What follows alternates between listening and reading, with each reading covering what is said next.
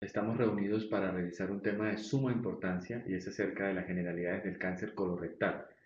Hablar un poco del enfoque epidemiológico de la enfermedad, de su clínica y ante todo del diagnóstico diferencial para llegar a un diagnóstico oportuno, temprano, a tiempo que pueda salvar la vida de un paciente. Declaro mi conflicto de intereses.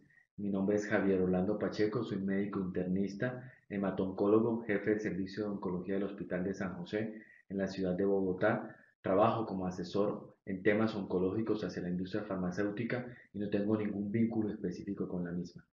Este cáncer es la segunda causa de muerte por neoplasias o por tumores en los países desarrollados. Ha habido una incrementación en la localización del cáncer de la parte derecha, digámoslo así, con una estabilización a nivel de los del recto o los localizados en la parte izquierda. Es el tumor más frecuente tanto en hombres como mujeres. En los hombres va después del cáncer de próstata y después del cáncer de pulmón, y en las mujeres se presenta después del cáncer de mama y después del cáncer de pulmón. Se ha encontrado que en estos hombres la localización más frecuente está a nivel rectal y la edad de presentación oscila aproximadamente entre los 60 años, es decir, alrededor de la quinta, sexta década de la vida. A nivel mundial ocupa el cuarto puesto de presentación o de incidencia entre los diferentes tipos de tumores y ha habido quizás un poco de mayor presentación a nivel de los hombres que en las mujeres. Cerca del 60% de estos casos ocurren en los países o en regiones desarrolladas y es la quinta causa más frecuente por mortalidad que se asocia en ambos sexos en relación al cáncer. Se presentan cerca de 600.000 muertes cada año por cáncer colorectal y eso equivale al 8% de todas las causas de muerte por cáncer. El 95%, es decir, la gran mayoría de estos tumores, el diagnóstico es adenocarcinoma, es decir, originado sobre las glándulas que revierten la mucosa del colon. El 80% de los casos se da por una forma esporádica. No hay un vínculo o un factor de riesgo directo que permita decir que el cáncer se desarrolló por tal motivo. Y es un problema también muy importante dentro del contexto del diagnóstico como un problema de una situación heredofamiliar.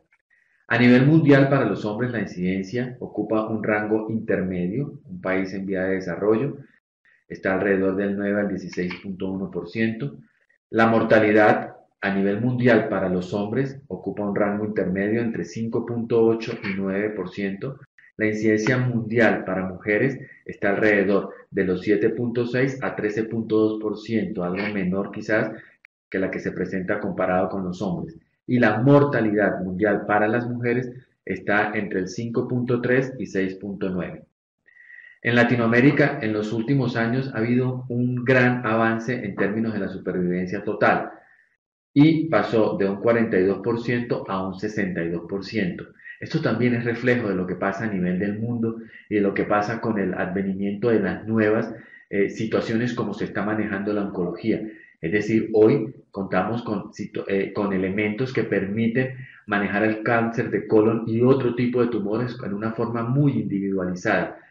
Es decir, se personaliza más con base en la expresión de ciertos marcadores o de biomarcadores que hacen que el tumor y que la sobrevida sea muchísimo mejor al día de hoy.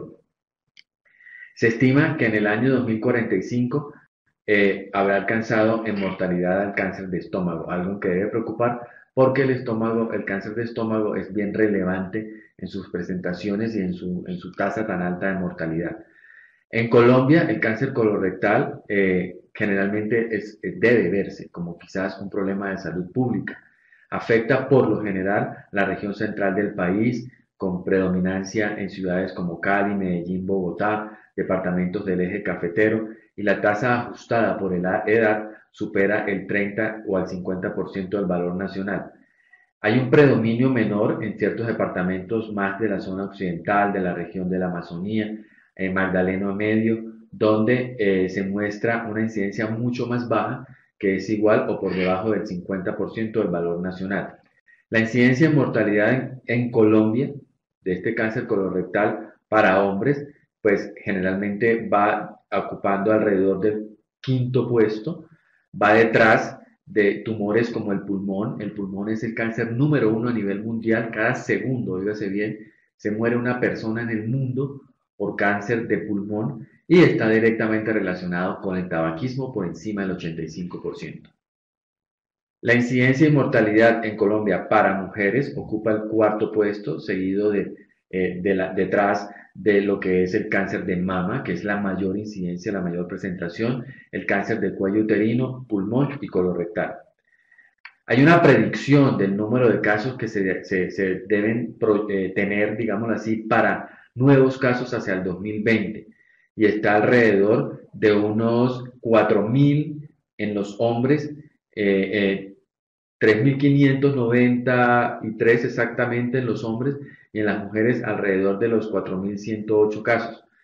De los casos en Colombia nuevos proyectados para el 2020 en ambos sexos, se encuentra más o menos cuantificado alrededor de los 7.000, 8.000 nuevos casos. Este es el número de predicciones por muerte en la enfermedad. Si bien anteriormente había dicho que el pronóstico hoy es mejor por los avances tecnológicos, desafortunadamente a la realidad y a la realidad de un país como el nuestro, por los términos de diagnóstico, de educación, las condiciones socioculturales, muchos otros factores, aún el cáncer colorectal cobra demasiadas vidas. Y esto está en relación a los diagnósticos tan tarde, donde ya la enfermedad está dentro de un escenario del componente metastásico y donde la opción del tratamiento está muy lejos de ser con una intención curativa. Sin embargo, miremos cómo alrededor de unas 2.000 hombres por cáncer colorectal van a morir por la enfermedad y alrededor de unas 2.358 mujeres van a estar padeciendo de esto. Es un contexto cercano a los 3.400 para ambos sexos en relación a la mortalidad como un predictor de este tumor hacia el 2020 en nuestro país. Pasemos a algo bien importante y son los factores de riesgo. Estos factores de riesgo son los que de alguna forma como médicos o que tengamos algún compromiso en el área de la salud, tenemos que tratar de educar a la gente para que pueda en un momento dado cambiar el curso de ese factor de riesgo. Pueden presentarse desde un punto de vista genético, y eso sí son pues ya un poco más complejos de modificar, pero sí son importantes de diagnosticar para detectar a tiempo y tomar medidas preventivas muy oportunas. Hay individuos asintomáticos mayores de 50 años, por lo general es el grupo que debe estar más pendiente, tener en cuenta factores de riesgo como el diagnóstico de la poliposis familiar hereditaria, individuos con antecedentes establecidos de enfermedad inflamatoria intestinal. Recuérdese que el cáncer en términos generales no es más que un proceso inflamatorio crónico que tiene otra connotación, pero la base radica en esto. Y el estar todo el tiempo el colon, inflamado, puede ser un factor predisponente para desarrollar alguna alteración ulterior que termine en este tipo de neoplasias.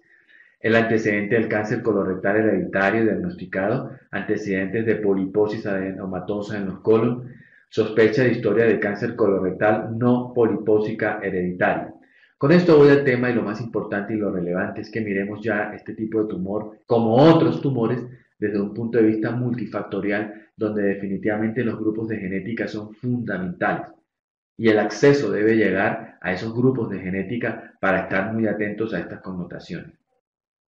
Los modificables, los que ustedes como médicos pueden o personal en salud pueden educar a los pacientes y es todo el tema de la dieta. Ha habido muchísimas polémicas con la ingesta de carne, con la ingesta de carnes rojas, etcétera, etcétera. Y básicamente lo que debemos promulgar es una dieta sana, no en excesos ni en extremos. Esa dieta baja en frutas y verduras es un factor de riesgo negativo. Sabemos muy bien el poder antineoplásico que tienen los vegetales, como estos vegetales verdes tipo brócoli son de las frutas que mayor carácter antioxidante, o de las verduras que mayor carácter antioxidante tienen. El consumo de alcohol, claramente, la obesidad, por favor, es parte del contexto de factor de riesgo de casi todas las neoplasias. Hay algún tipo de alteraciones previas por situaciones a que el paciente pudo haber estado sometido como antecedente y puede ser el tema de la radiación pélvica u otros como la acromegalia, que es extremadamente raro, pero favorecería la proliferación de adenomas preexistentes y de los tumores. No hay un síntoma específico, pero esto sí es que es bien importante que lo tengan en cuenta. Relacionar todo lo que pueda verse como algo constitucional, es decir, pérdida de peso, debilidad, dolor abdominal, cambios en el hábito intestinal y o melenas. Síntomas menos comunes pueden ser los gastrointestinales superiores, como es náusea, vómito, puede haber malestar general, distensión. Lo importante de esto es que si ustedes lo miran me van a decir, sí doctor, eso lo puede presentar una enfermedad diarreica aguda, un colon irritable, que es el diagnóstico diferencial más frecuente, una diarrea crónica por alguna otra razón. Sí, eso es verdad.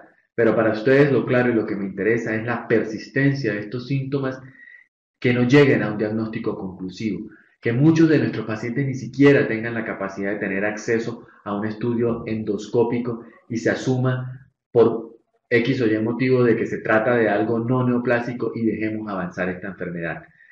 ¿A qué voy con esto? A que todo paciente que presente una sintomatología tiene que tener un diagnóstico objetivo de qué es esa sintomatología. Y persistencia de más de 3 meses de la misma obliga a tener un diagnóstico diferencial muy de frente con una neoplasia de tipo cáncer colorectal, principalmente en aquellas personas con factores de riesgo donde lo pueda correlacionar y estas personas que se encuentran en este grupo etario en relación a la mayor incidencia de presentación de la enfermedad. Vamos a hablar un poco del enfoque o del diagnóstico diferencial que les interesa muchísimo a ustedes. Comencemos con el síndrome de intestino irritable. Esto se caracteriza por un dolor abdominal crónico, recurrente, hay disconfort y asociado predominantemente a alteraciones en el hábito intestinal. Este hábito intestinal puede ser con una tendencia más hacia la diarrea o más hacia el estreñimiento. El factor de riesgo más aceptado es que probablemente se pueda tratar de una condición infecciosa bacteriana. El riesgo después de una infección se incrementa con factores emocionales como la depresión, acontecimientos vitales adversos, situaciones como la hipocondría, género femenino o periodos muy prolongados de gastroenteritis. El uso de estrógenos en los pacientes posmenopáusicas, uso reciente de antibióticos o intolerancia a los alimentos pueden ser en un momento dado algo de factor de riesgo social. De acuerdo con las guías actuales o internacionales de manejo, básicamente se puede diagnosticar sin tantas pruebas complejas, más allá de una minuciosa historia clínica, de un diagnóstico excluyente con un tumor o con una neoplasia y un adecuado examen físico del paciente que nos permita excluir manifestaciones extracolónicas, digamos así, del tumor. Recuerden muy bien la semiología del ganglio de Virchow o supraclavicular izquierdo, que se asocia con los carcinomatosis de tipo abdominal, las adenopatías, algún tipo de cosas que te puedan indicar compromiso pulmonar, ya secundario por la enfermedad, compromiso neurológico. Es decir, la historia clínica jamás puede ser reemplazada. Por lo general, no requeriría un estudio endoscópico de rutina y evaluar si existen factores de riesgo claros para la presentación de la enfermedad, así como los criterios diagnósticos que se llaman criterios de Roma. Estos criterios de Roma 3 exactamente, van desde el dolor abdominal recurrente o disconfort al menos 3 días por mes en los últimos 3 meses, asociado a 2 o más de las siguientes condiciones: mejoría en la defecación, inicio asociado a cambios en la frecuencia de las deposiciones, inicio asociado con cambios en la forma de las deposiciones. El dolor abdominal probablemente sea el síntoma característico de este síndrome de colon irritable. Probablemente está asociado en el 95% de los casos. Puede ser difuso en su localización, pero más frecuente que curse en el hemiabdomen inferior o en algunos casos en el hipocondrio izquierdo.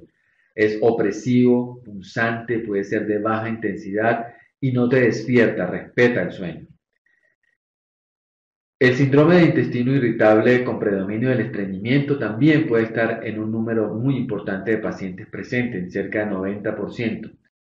Es más frecuente que esta presentación de estreñimiento se relacione más con el diagnóstico en el sexo femenino. Las heces son de aspecto muy caprino, como la deposición de una cabra, puede haber mucosidad importante y no necesariamente puede haber sangre.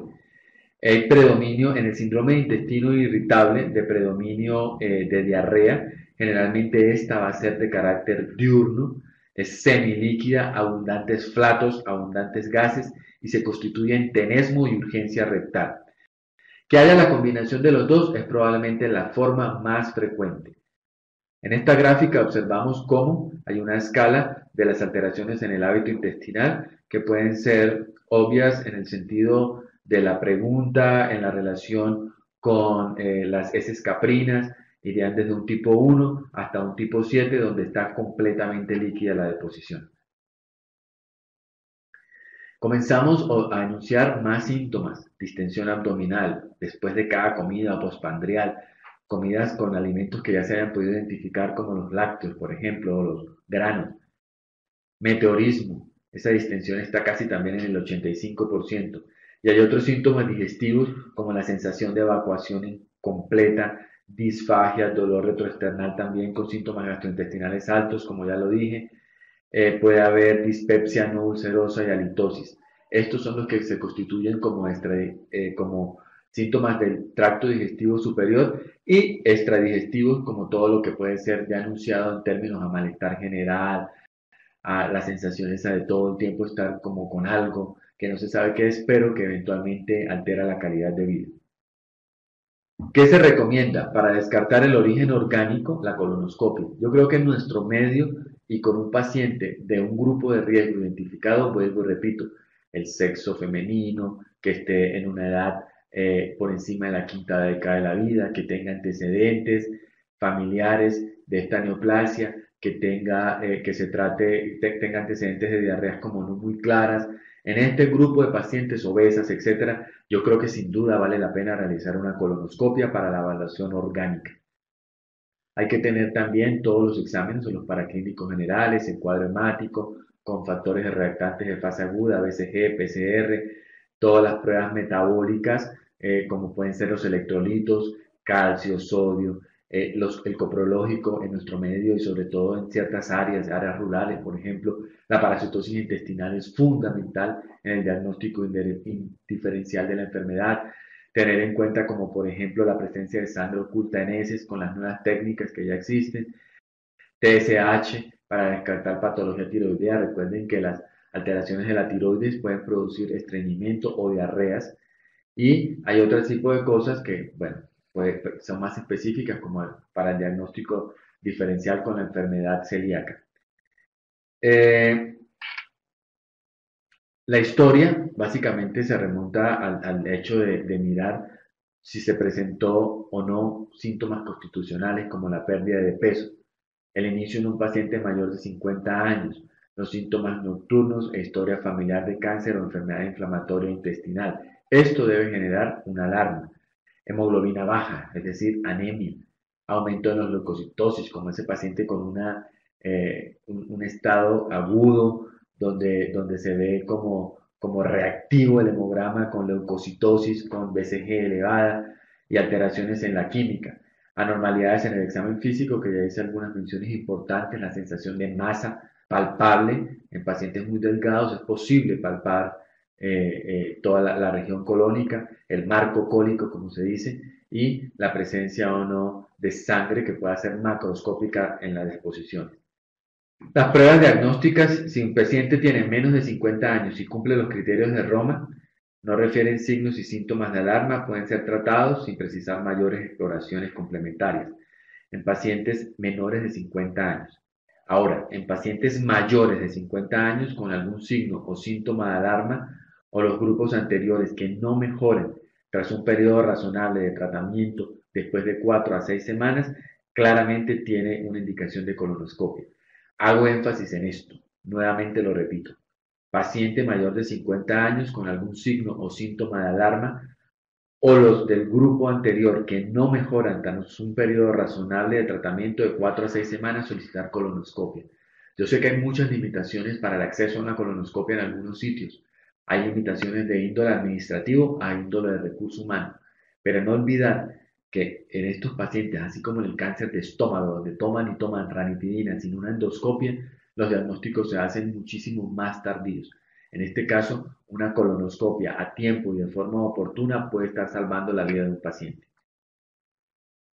Paciente con dolor o molestias abdominales recurrentes con alteraciones de los hábitos intestinales. A este paciente debo incluir en los criterios de Roma. Si no aplican, evaluación apropiada guiada por síntomas. Si sí aplica, pues generar todos los signos de alerta: sangrado rectal, anemia, pérdida de peso, fiebre, historia familiar, manifestaciones primarias de síntomas a partir de los 50, cambios significativos en estos síntomas. Y vamos llevando el algoritmo. Si mejora, si no mejora, vamos a hacer diagnóstico diferencial con la enfermedad celíaca. Si requiere evaluación funcional o evaluación analítica a nivel de química sanguínea, a nivel del hemograma, colonoscopia, y finalmente, ya si es negativa la colonoscopia para alguna alteración estructural, llegamos al diagnóstico confirmado de síndrome de intestino irritable y ofrecemos el manejo pertinente al mismo. Aquí están los diagnósticos diferenciales, que nos movemos en diferentes factores. Y a su vez, estos factores diferenciales o diagnóstico diferencial deben ser extrapolados con el cáncer colorectal. Hay factores dietéticos que van desde todas las intolerancias que existen, que es la forma más sencilla, los lácteos, por ejemplo, causas intestinales inflamatorias, causas infecciosas, enfermedad inflamatoria intestinal, Crohn y colitis ulcerativa, que deben ser diagnosticadas perfectamente con diagnóstico incluso histológico, y todo lo que obedece a tumores. Recordando que no necesariamente todo es tumor colorectal. Hay compromiso del recto, que podría tener un enfoque, aunque el manejo sea el mismo, visto con unos ojos diferentes e individuales, pero para efectos prácticos el colon del recto se manejaría de la misma forma. Y otros tipos de tumores muchísimo más infrecuentes, como pueden ser los linfomas, que hacer diagnóstico diferencial con cualquier tumor de la cavidad abdominal, principalmente, y óigase bien, al tumor ginecológico de origen ovárico en las mujeres, que comparten desde el punto de vista de grupo de riesgo casi que las mismas características. Entonces, en una mujer, siempre también que se esté estudiando o se esté pensando en el diagnóstico diferencial con una neoplasia, considerar los tumores ginecológicos, porque el cáncer de ovario se puede expresar con manifestaciones gastrointestinales bajas y parecer un colon irritable, o tener en su defecto, porque sí se puede ver en la práctica diaria clínica, el compromiso metastásico rectal de cualquier tumor de origen ginecológico. Más diagnósticos diferenciales: lo que es malabsorción, otras enfermedades funcionales gastrointestinales, todo lo que es medicamentos, tumores neuroendocrinos que ya hice mención, causas endocrinológicas como la enfermedad de Addison, la diabetes mellitus, el hiper o el hipoparatiroidismo, muy importante que lo tengan en cuenta, y causas ginecológicas no neoplásicas como puede ser la endometriosis. Causas renales interesantes: litiasis renal, y todo lo que obedece a trastornos de ansiedad, a trastornos psiquiátricos, con somatización, etcétera, etcétera, que debería ser, oígase bien, el último diagnóstico diferencial a considerar. Otras causas para estar alertas pueden ser el comienzo a edad avanzada, curso característico de deterioro progresivo de la enfermedad, que haya compromiso sistémico o fiebre, pérdida de peso progresiva, sangrado rectal distintas a una fisura o una hemorroides, que haya esteatorrea, que es las deposiciones grasosas, y la deshidratación. Para pasar a otro de los diagnósticos diferenciales y concluyendo con el síndrome de intestino irritable, creo que lo más importante para ustedes es que definan que la condición sí se trata de un diagnóstico de colon irritable. Fui muy enfático en mostrarles ciertas características para que lo aprendan a considerar el diagnóstico diferencial con una neoplasia. Hay muchos pacientes que vemos como hematoncólogos o como oncólogos clínicos en la práctica diaria, que fueron tratados mucho tiempo como un colon irritable, y lo que tuvieron fue mucho tiempo para pasar de un estadio 2 o 3, que es potencialmente curable, a un estadio 4 de una enfermedad incurable con un cáncer colorectal. Siguiendo, la diarrea es otro de los componentes que se pueden presentar. Diarrea de característica crónica en el diagnóstico diferencial es el aumento del volumen, fluidez o frecuencia de las deposiciones en relación al hábito intestinal normal de cada individuo durante al menos 4 semanas. No debe confundirse con la incontinencia fecal, ni debe confundirse con la diarrea paradójica por el impacto fecal. La diarrea crónica se requiere por lo menos un término de duración de 4 semanas, como ya lo dije, y va desde todo el contexto, desde la misma claridad, si es una diarrea aguda o una diarrea crónica, hasta todos los problemas que se pueden presentar a nivel metabólico, con diarreas secretorias, con problemas de diverticulitis, de enfermedades del colágeno, de enfermedades autoinmunes, el abuso de laxantes, problemas metabólicos o endocrinológicos como el hipertiroidismo, la enfermedad de Addison, los gastrinomas, etcétera. Se puede o se ve muchísimo el diagnóstico diferencial y lo importante es tratar de hacer un poco el ejercicio para estar seguros de que no es una neoplasia, es pensarlo y poder excluir el diagnóstico diferencial del tumor. En la diarrea crónica, generalmente necesitamos, como en todos los diagnósticos, tener un examen físico y una historia clara de lo mismo, hacer un examen coprológico o el coproscópico para poder evaluar toda la parasitosis intestinal, que puede ser un 50%, básicamente hospitalización en algunos casos para ciertas pruebas especiales y definir hasta un 25% la posibilidad de que sea una diarrea crónica de carácter inflamatorio o se trate de otro tipo de cosas que pueden ser pistas específicas para el diagnóstico como es la diarrea acuosa o la malabsorción generalizada. ¿Qué sugiere que esa diarrea crónica no sea tan funcional y se trate de algo orgánico? Nuevamente, como en el colon irritable, pérdida de peso, manifestaciones sistémicas, presencia de productos patológicos como sangre o pus dentro de las materias fecales y la presencia de alteraciones en ciertos exámenes o en la analítica que se le haga al paciente. El estreñimiento es otra de las cosas que nos implica a tener en cuenta y como diagnóstico diferencial. La defecación o la expulsión del contenido fecal al exterior por un proceso complejo que depende de una función motora por el colon y una función sensitivo-motora rectonal. Es una cosa supremamente fisiológica. El concepto clásico de este estreñimiento es menos de 3 evacuaciones por semana. Y actualmente se considera por lo menos 12 semanas sin que sea necesario que sean consecutivas en los 12 meses con dos o más de los siguientes puntos. Esfuerzo durante más del 25% de las evacuaciones. Heces compactas o duras en más del 25% de las evacuaciones. Sensación de obstrucción, bloqueo anorrectal en más del 25% de las evacuaciones. Maniobras manuales para facilitar más del 25% de la defecación, como por ejemplo evacuación digital, apoyo de piso pélvico y tener menos de 3 evacuaciones por semana. El problema se agrava con la edad. Este estreñimiento en pacientes mayores de 65 años se requeriría una connotación diferente y por lo menos dos de los siguientes criterios para el diagnóstico.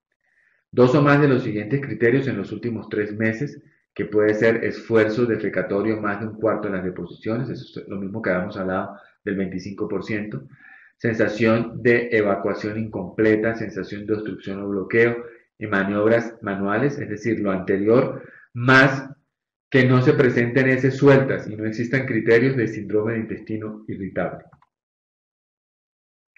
Los pacientes con estreñimiento asociados a síntomas abdominales se diagnostican como un colon irritable.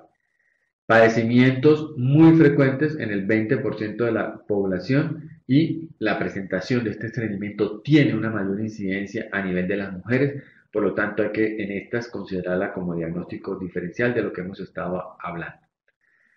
Los pacientes con defecación obstructiva van a tener un esfuerzo a la defecación, sensación de bloqueo, necesidad de ayuda manual, sensación de evacuación incompleta, la presencia prolongada de heces retenidas en el recto que inhiben la sensación normal y el tenesmo. Y todo esto pues se va a transmitir en traumatismos o se va a traducir en traumatismos con lesiones, sangrado, disquexia o dolor anal, hematoquexia que es el sangrado como ya lo dije, desde cualquier parte del colon. El diagnóstico lo logramos siempre con la historia clínica, no voy a ser enfático en esto, pero sí en la importancia de la historia clínica. Revisar los fármacos, se nos olvida muchísimo que hay medicamentos que producen obstrucción y realizar un examen físico para poder evidenciar la parte anal con inspección y el tacto rectal. En el estreñimiento crónico, un algoritmo que nos puede servir, pruebas clínicas y básicas de laboratorio, podemos tener todo lo que implica imágenes básicas, ecografías, radiografías, para obstruir algún tipo o excluir algún tipo de obstrucción mecánica, En un momento dado puede llevarse o no la colonoscopia si hay persistencia de los síntomas. Esto va a un tratamiento colónico normal, considerar una enfermedad intestinal funcional o una evaluación, perdón, del tránsito colónico. Si es anormal, si es un tránsito colónico lento, ya conocido en los rayos X, o un tránsito colónico lento pero con un tratamiento subyacente desconocido, como puede ser manometría rectal o expulsión de balón, hacer pruebas fisiológicas funcionales si es normal, o si no, manejar la medicación del ángulo recto anal o la medición, perdón, del ángulo recto anal, la proctografía de defecación. Son estudios un poco más específicos y funcionales que estarían de la mano de un gastroenterólogo para poder facilitar un tratamiento apropiado, programas de rehabilitación o en algunas conductas el manejo de cirugía. Las hemorragias de vías digestivas bajas, no les llamen rectorragia. Se asume que si es rojo rutilante probablemente lo sea, pero semiológicamente es mejor hablar de hematoquexia. Las hemorragias digestivas tienen su origen en el tubo distal digestivo, anatómicamente lo más distal al ángulo de Treitz. Representan el 20 a 30% de las hemorragias digestivas. A la mayoría pueden cesar de forma espontánea. A mayor edad, mayor riesgo o posibilidad de tener un sangrado gastrointestinal bajo. Puede ser de mayor presentación en el sexo masculino, menor percusión hemodinámica comparada con hemorragias digestivas altas. O sea, no te inestabiliza tanto al paciente como una hemorragia digestiva alta. Causas de origen principalmente colónico en el 80% de los casos y puede haber una mortalidad cercana del 20-25%, sobre todo en los cuadros agudos y severos. Las etiologías más frecuentes van a ser las neoplasias. Esas son las que siempre tienen que considerar cuando evalúen a un paciente con una hemorragia de vías digestivas bajas. Pero hay otras cosas como pueden ser los divertículos, la angiodisplasia, la enfermedad inflamatoria, la isquemia, colitis actínica y las hemorroides. Un poco más altas, porque la gran mayoría, el 80% son colon y recto, se van a quedar en el intestino delgado solo en un 10% de los casos y puede ser Crohn, la enfermedad de Crohn, angiodisplasia, algunos divertículos de Merkel, tumores del intestino delgado que son menos frecuentes, fístulas y un 10% de los pacientes se quedan sin diagnóstico. En la mayoría de los casos, la hemorragia es de carácter intermitente, el débito es suficientemente bajo para que lo que de alguna forma permite llevar a cabo las exploraciones necesarias para efectuar el diagnóstico etiológico claro. Generalmente, pues ya lo dije, cursa con esta hematoquexia, que ya lo dijimos, el aspecto del color en la sangre es más como vino, obedece más a un carácter proximal, la rectorragia es más brillante, distal, y las melenas en tramos altos del intestino delgado bajo, con, con la presentación. Las tres formas semiológicamente son válidas. Generalmente la melena la asociamos con ese color negro rutilante, no vivo, no activo, y hace parte del proceso que tiene la sangre de metabolismo durante el tránsito intestinal. Algunas veces pues no hay ningún síntoma asociado. Toda la anamnesis es importante con una hemorragia de vías digestivas bajas, y en los pacientes de mayor edad va a ser más preponderante a que se trate de colon, angiodisplasias, todo el tema vascular cobra bastante importancia y el cáncer claramente. En un paciente joven con una hemorragia de estas, por lo general son enfermedades inflamatorias intestinales, algunos pólipos, patología hemorroidal en relación a la presencia de dolor abdominal y una sintomatología contundente de compromiso sistémico puede sugerir una etiología isquémica, que es una complicación bien grave, así como sugerir compromiso inflamatorio, mientras que los divertículos y las angiodisplasias pueden causar hemorragias indoloras. El dolor anal suele acompañarse de la hemorragia que está producida por fisuras o por etiologías de carácter hemorroidal. Cambios en las heces, la hemorragia acompañada de diarrea sugiere inflamación o una enfermedad inflamatoria intestinal o algo infeccioso, mientras que el estreñimiento puede asociarse a un proceso de neotumores o neoformativo y hemorroides. La presencia de uno o de un cambio del ritmo en las deposiciones junto a las rectorragias deben hacer sospechar siempre en una patología neoplásica y plantear el diagnóstico diferencial, sobre todo en pacientes que tienen más de 50 años de edad. El tacto rectal es fundamental en el examen físico del paciente debe hacer parte de todas las exploraciones. En la primera fase no es tan usual encontrar que haya alguna alteración, pero se busca para diagnósticos diferenciales con hemorroides, con fisuras ahí en la zona anal. Con la exploración digital siempre se debe buscar una masa que sea de carácter eh, durado, doloroso o no doloroso, o que haya alguna irregularidad a nivel de la pared. Y claramente si va a plantear el diagnóstico o el proceso posterior de un estudio endoscópico para asegurarse de qué es lo que se encontró ahí. Con esto doy terminación a todo lo que es el diagnóstico diferencial, dejando claro que la importancia, como creo que ya lo he repetido varias veces durante la presentación, es que no nos quedemos sin saber qué es lo que tiene el paciente. Vuelvo y repito, se trata de una neoplasia, se trata de un intestino irritable, se trata de una hemorragia digestiva por una causa diferente a la tumoral, se trata de algún tipo de alteración funcional que lleve a diarrea. Eso es la pregunta y lo que me interesa que quede absolutamente claro el día de hoy, que existe un patrón diferencial bien amplio. ¿Para qué? Para que el diagnóstico de cáncer colorectal sea oportuno, a tiempo y permita ofrecer los tratamientos pertinentes especializados que sí han logrado cambiar la supervivencia de los pacientes al día de hoy y tratar de disminuir esas tasas de presentación tan altas de la enfermedad con todas esas complicaciones y comorbilidades que impactan tanto no solo a la familia, sino al sistema de salud, a los pacientes, a todo el mundo en los términos generales que se quieran ver. Muchísimas gracias por la atención y espero que esto haya sido de mucha utilidad para la práctica.